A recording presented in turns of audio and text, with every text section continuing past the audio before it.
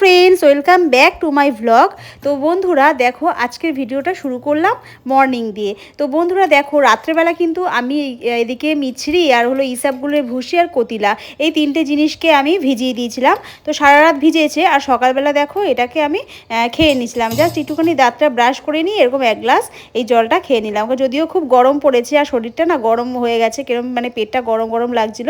তো তার জন্য কিন্তু এদিকে খেয়ে দিয়ে নিয়ে এদিকে দেখো রান্নার দিকে চলে গেছি। তো রান্নার মধ্যে দেখো এদিকে করছিলাম হলো গিয়ে কুমড়ো, সজনে ডাঁটা, পটল সব কিছু দিয়ে একটা নিরামিষ আর কি একটা তরকারি করছিলাম, মানে 5 ফোড়ন দিয়ে। আর এই তরকারিটা বেশ ভালো লাগে সজনে ডাঁটা দিয়ে খেতে। আর সাথে করে নিয়েছিলাম হলো গিয়ে বাটা মাছ, আর হলো গিয়ে বাটা মাছ দিয়ে সজনে ডাঁটা দিয়ে আর আলু, তারপরে হলো গিয়ে টমেটো দিয়ে একটা মানে মাছের ঝোল করব। আর কিন্তু এদিকে ঢ্যাঁড়সটা কিন্তু আজকে মাছের মধ্যে দিইনি, ঢ্যাঁড়সটা আলাদা করে সেদ্ধ করব। আর এই যে মাছ দেখতে পাচ্ছ বাটা মাছ, এই মাছটা আরও অনেকগুলো ছিল যদিও। তো আমার বড় সেদিন নিয়ে এসেছে, ও নিয়ে এসে ওই কেটে ফেটে দিয়ে সুন্দর করে ধুয়ে টুয়ে ফ্রিজে রেখে দিয়েছিল। তো একবার দুবার খাওয়া হয়েছে আর বাকিটা ছিল, তো সেটা নিয়ে বার করে নিয়েছিলাম। আর এদিকে মিক্সিটা যেহেতু বাইরে বার করা ছিল, তো শর্টকাটে আমি কি করেছিলাম সবগুলোকে মানে মশলা ফসলা দিয়ে একবারে একটু ব্লেন্ড করে নিয়েছিলাম, শর্টকাটে করে নিয়েছিলাম। তো এদিকে দেখো আমরা তো তোমরা তো জানোই বাঙালিরা মানে শীতকাল মানেই হলো গিয়ে ফুলকপি আর হলো গিয়ে গরম পড়তে না পড়তে সজনে ডাঁটা। তো এদিকে আমাদের মানে রান্নাঘরে এগুলো এন্ট্রি প্রায় নিয়ে নিয়েছে বলতে গেলে। তো এগুলো দিয়ে দেখো মাছের ঝোলটা আমি কিন্তু তৈরি করে নিয়েছিলাম। আর এদিকে রান্নাবান্নার শেষে আমি কিন্তু আজকে চিমনিটাকে খুলে নিয়েছিলাম, চিমনি যে নেটগুলো থাকে এগুলো জালিগুলো, তো সেটাকে খুলে নিয়ে এটাকে ধুতে শুরু করেছি। তো এদিকে আরও জলটা যে ওয়েস্ট যে জলটা থাকে তো সেটাকেই আমি এরমভাবে মানে লক করে দিয়ে আর এদিকে দেখো একটা ব্রাশ নিয়ে এগুলোকে পরিষ্কার করছিলাম। যদিও এগুলো একটু গরম জল দিয়ে পরিষ্কার করলে খুব ভালো পরিষ্কার হয়, তো গরম জল আর করিনি, এই জলটাকে নিয়ে পরিষ্কার করছিলাম। তাই কিছুদিন পরে কী হবে বলো তো, যখন গরমটা পড়বে তখন ডাইরেক্ট সূর্যের আলোর তাপে আর কি পাইপলাইনের জল খুব গরম হয়ে যায়, বিশেষ করে রান্নাঘরের এই বেসিনটার কাছে। তো তখন এমনিতেই গরম জল ভালো পাওয়া যাবে। তো এখন আলাদা করে জল ফুটিয়ে গরম করার কোনো মানেই হয় না। তো আমি কি করছিলাম এরমভাবে দেখো একটা ব্রাশ দিয়ে ওইগুলো পরিষ্কার করে নিয়েছিলাম। আর বর যেহেতু রবিবার দিন বাড়িতে ছিল, তো এদিকে দেখো ফ্রিজ থেকে আমি কিন্তু তরমুজটা বার করে নিয়েছিলাম তরমুজটা খাবো বলে। আর এই যে তরমুজটা দেখতে পাচ্ছ, এই তরমুজটা ছিল কিন্তু ভীষণই ভালো, মানে এত মিষ্টি তরমুজ যে কি বলবো। আর পুরো একটু বালি বালি টাইপের ছিল। তো বরকে বলেছিলাম তরমুজ নিয়ে আসতে, এদিকে দেখো বর কিন্তু নিয়ে এসেছে তরমুজ। তো তরমুজটা ভীষণ ভালো ছিল, ভীষণ।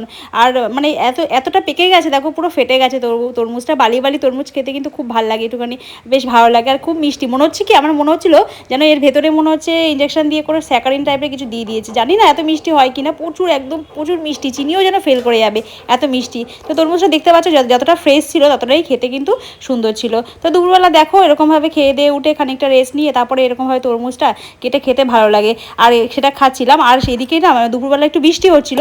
তো এদিকে বৃষ্টিতে কি হয়েছে, একটা কাক না পুরো ভিজে গেছে। তো যে কাকগুলো বাসা বানাচ্ছিল আমাদের বাড়ির সামনে, তোমাদের দেখালাম। তো সেই কাকের মধ্যেই হবে একটা কাক। তো পুরো ভিজে দেখো, পুরো কাক পুরো একদম স্নান করে গেছে। তো দেখে না খুব মায়া লাগছিল, দেখো পুরো একদম ভিজে একদম মানে কি বলবো অবস্থা খুব খারাপ। তো এইভাবে দেখো এদিকে মানে আমাদের ব্যালকনির কাছে এসে একটুখানি বসে মানে যেটা ছিল মানে রেস্ট নিচ্ছিল যেটাকে বলে। তো আর এদিকে আমাদের মানে এসিটা অনেক দিন হয়ে গেছে মানে সার্ভিসিং করানো হয় না, তো সেই জন্য এসির লোককে ডেকে নেওয়া হয়েছিল। তো যেহেতু বর বাড়ি ছিল বললো যে ঠিক আছে ডেকে নিই।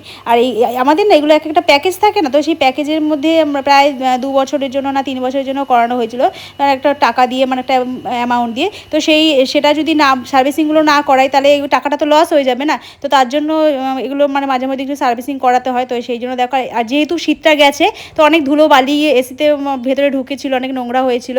তো একবার সার্ভিসিং করে নিলে কি হবে, বেশ ভালো হাওয়াটাও দেবে আর জিনিসটাও ভালো থাকবে। তো এদিকে দেখো সব কিছু খুলে নিয়ে বেশিক্ষণের কাজ না, মাত্র খুব বড় জোর হলে আধা ঘন্টা হবে এরকম কাজ করে দিয়ে ওরা চলে গেছে। আর ওরা যেহেতু ঘরে একটু কাজ টাজ করেছে, ঘরে একটু ময়লা টয়লা হয়েছে, তো যদিও আমি সকালবেলা ঘরটা মুছে নিয়েছিলাম, তারপরেও আমার মনে হলো যে একবার মুছে নিলে ঘরটা আরও পরিষ্কার হবে, ভালো লাগবে হাঁটা চলা করলে।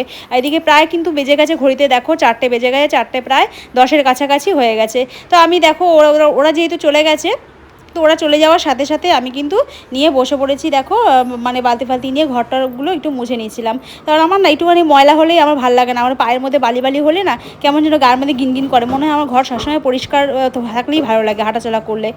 তো দেখো আমি ঘরটাকে পরিষ্কার করে নিয়েছিলাম। আর এদিকে দেখো তোমাদের তো আমি এটাই শেয়ার করি ঘরের মধ্যে কি করি না করি, কাজ টাজ করি। তো আমি তো আর সেরকমভাবে বড় ভ্লগার না, আর ভিডিও করতে গেলে না অনেক পরিশ্রম লাগে, আর অনেক বাইরে অনেক নিত্য নতুন কন্টেন্ট লাগে, অনেক বাইরে বাইরে যেতে হয়। তো আমরা কি করি, সবসময় ঘরেই থাকি, তো ঘরের মধ্যেই যেটুখানি পারি সেইটুখানি ভিডিও করে তোমাদের সঙ্গে শেয়ার করার চেষ্টা করি।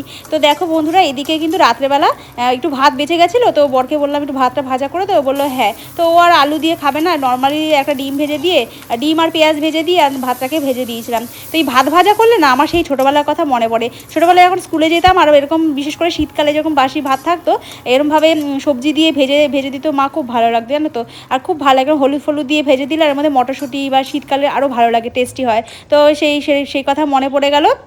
তো ভাতটা যেহেতু অল্প ছিল, তো ভাবলাম যে শুধু ভাত ভাজা কেন খাবে, ওর সাথে একটু বেগুনি করে দিলে ভালো হয়। আর ঘরে বেগুন ছিল, আর এদিকে বেসন তো একটা বড় প্যাকেট এনেছিল, সেই 2-3 বার বেসন মানে বেগুনি করে খাওয়া হয়ে গেছে, তার অল্প একটু পড়েছিল। তো ভাবলাম সেটাকে একবারে দিয়ে একবারে পরিষ্কার করে দিই, বেসনের প্যাকেটটাকে ফেলে দেবো, আর রাখবো না।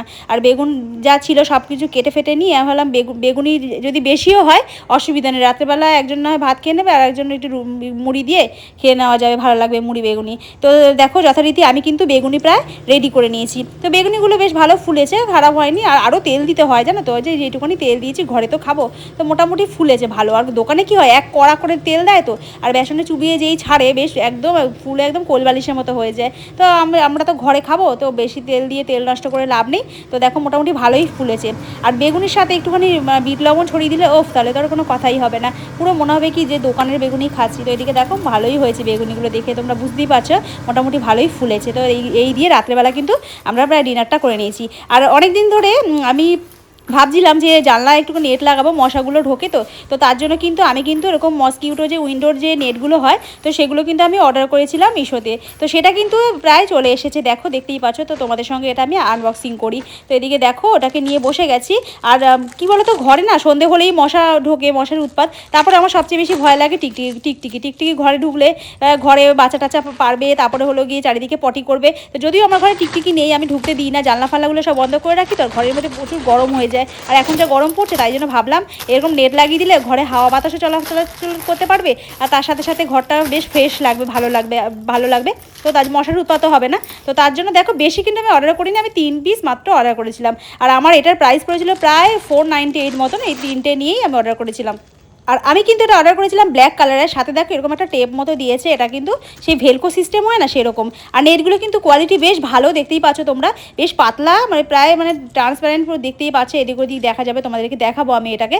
আর এদিকে দেখো এরকম সেলু টেপের মতন, এটা হলো গিয়ে ভেলকো সিস্টেম, আঠা দেওয়া আছে। আর এটাকে দেখো পুরো একদম পাতলা, পুরো জালি টাইপের। আর আমি না লাইট কালার নিয়ে নিই, কারণ ময়লা হলে বাজে লাগবে দেখতে, আর ধোয়াধুয়ির ব্যাপার থাকে। তা ভাবলাম ব্ল্যাকটা দিই, দেখি কেরম লাগে।